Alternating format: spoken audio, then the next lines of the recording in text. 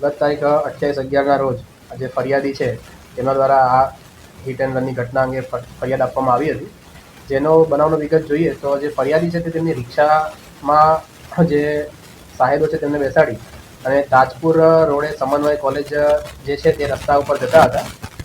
તે દરમિયાન પાછળથી જે થાર ગાડી છે જેના રજિસ્ટ્રેશન નંબર GJ33F8706 છે, આ ગાડી દ્વારા તેમને બેફિકરાઈપણે ભટકાડી દેવામાં આવી હતી અને જેમાં જે સાહેબ બેસેલા હતા તેમને નાની મોટી ગંભીર ઈજાઓ થઈ હતી, જેમાં કોઈ જાનહાનિ થયેલ ન હતી.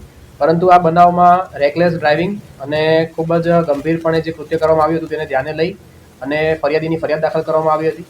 તથા જે આરોપી છે તે આરોપી ભૌતિકભાઈ વેગડ, જે થાર ગાડીના ચાલક છે, તેમના વિરુદ્ધમાં ફરિયાદ હતી, તેમને અટક કરવામાં આવ્યા છે. આ બનાવ છે તે કઈ રીતે બન્યો છે તે અંગે રિકન્સ્ટ્રક્શન પણ કરવામાં આવ્યું છે અને ઓવર સ્પીડિંગ અને સીસીટીવી કેમેરા વગેરે ચેક કરી અને આગળની કાર્યવાહી છે તે બોટાદ ટાઉન પોલીસ સ્ટેશન છે તે ચલાવી રહેલ છે.